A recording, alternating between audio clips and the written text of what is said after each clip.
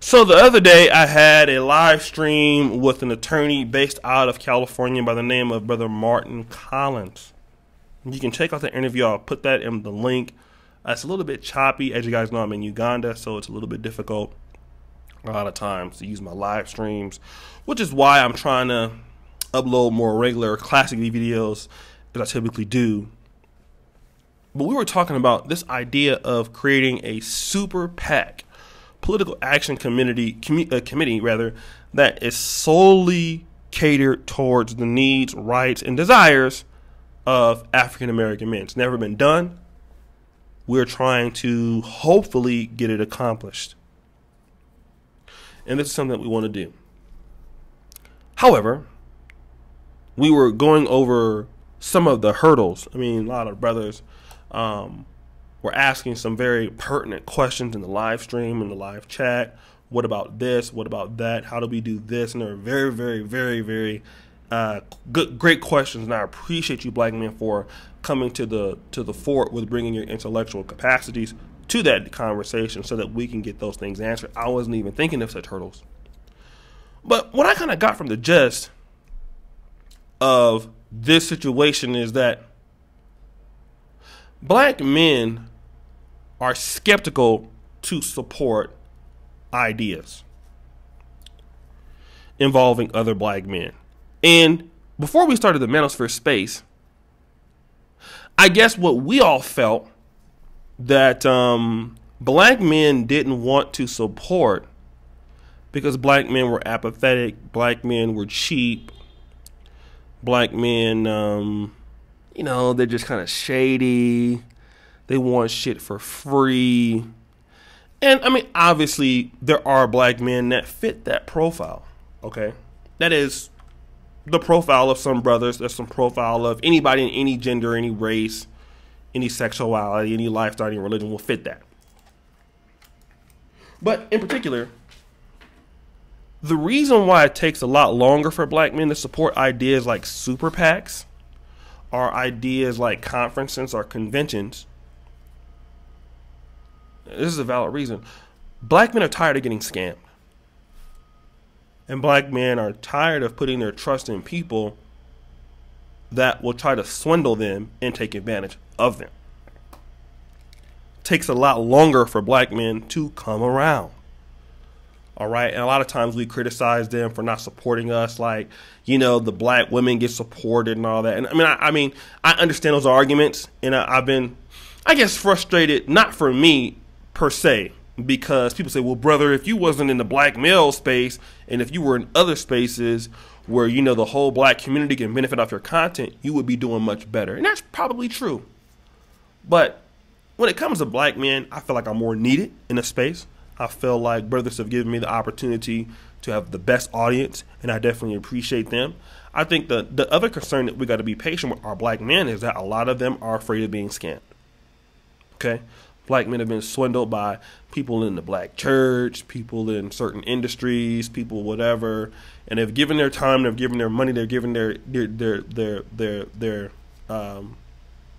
devotion to certain projects historically, and black men who have come up with such things have not come through. And even me, right? One of the things that I got to deliver to brothers is some sort of convention, right? And I'm still working on that, and I'm going to do that. That's something I got to hold myself accountable for, and that will be coming. But the reason that black men are not looking to support is because black men want to see if you who have the ideas, if you who have doing this, if you get it off the ground first. And I know that's a little different, right? But black men are looking to see, don't ask me for my money. You put up your money and you show me where you're going with this, I'll support it afterwards. Because we have a lack of trust as black men in America. Now, even in growing a base that super chats and spends money, a lot of brothers now that have come on my platform and started getting live streams and brothers going to support them, they have it much easier now, okay? Because back when I was doing it, and because, you know, brothers have went to other channels and subscribed, but we used to not even get support like that, right? A lot of brothers will watch us for a year or two before they even give $1. because brothers want to watch and see if you're legit, if you're real, if you're really serious about what you're saying, if you're really just here to try to use a brother for some money. Are you really trying to provide brothers with the education that you're saying? Are you really trying to swindle us? And that makes it sometimes harder for a lot of black men to want to create content or create things for brothers in the space, because brothers are a little bit reluctant. Okay, they're going to watch you a little bit longer, and they're going to want to know that if you're going to come off as being legitimate. Here's what I got to say: it's valid. It's valid. All right. It's valid because we have, and I'm a black man speaking myself, we have been hurt. You know, when I put up NegroMinistry.com, I didn't ask for the most part, for like a lot of money or whatever. If people wanted to give to it, they could if I had like a GoFundMe or whatever. But I didn't really push it. I know that I need to put up the money that I have earned, and I put it up with my tuition money, some of it, and my first AdSense checks. I put up NegroMinistry.com by myself, to let brothers know that, hey, I'll put it up, I'll maintain it. I'm very serious about this. And brothers started to support me. They did. They started to support me. They still support me. But if you're dealing with black men, understand that you need to be able to show that you are about this. Black men, don't get me wrong, they like to hear the roasting, like to hear the words. But long term, they're going to need to see your work. If you're serious about political actions committees, if you're serious about whatever, that's something you got to start first. Okay, you can't look for brothers to come on and try to, they don't know you or whatever. Let them see the work. And at times, it's going to be difficult. It's going to look like, man, I'm not getting any support. It's going to look like, but that's what it is. A lot of brothers just need to be able to trust what you're doing. Don't be so quick to give up. I've been in this space for 5 years, going on 5 years. And people tell me all the time, you should go to other spaces and you will get more support quicker. Look at this person. Look at this person. They have their content, towards women, and they have their content towards the pro-black community in general, and you would be better space for that. But at the same time, black men, they may be quicker, they may take more time to support, but once you got them, you have somebody. And see, on social media, everything is not always about money. The reason why I come and create content for the brothers that I do is based off of me wanting to see African-American men become successful. And the passion that drives me to create videos, even when I don't want to, is the fact that I know black men can meet one another on my platforms. I know that my platform is successful in helping other black men, spin off and do different things, different types of channels, different kind of content. Brothers can meet from all across spectrums, all across different ways of life, and build and get to know one another. That's what I am very concerned with. And to be honest, we need content supporting the men. Why? Because the men are builders. We have to wake our men up. African American men, black men have to be woken up. They have to understand that. And we must keep hitting home at the fact that black men have the ability to do greater things than what they're doing, and that they have to have the resources to do so. Put them in the right situation.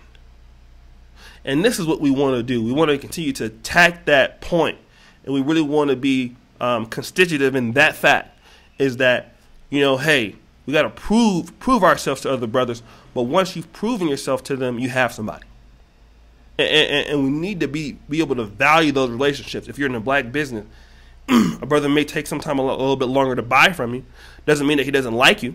Okay, we might think that he's racist or whatever, but he doesn't know that if you're going to screw him over. This mistrust from blacks is warranted in certain areas, even in Africa. Blacks don't trust each other for a lot, but if you can get that trust from a brother and people can know that you're a good brother, you're going to get business. Okay, you're going to get customers. Brothers are going to love, they're going to appreciate you for what you do. But we got to be more patient with black men, because they're right.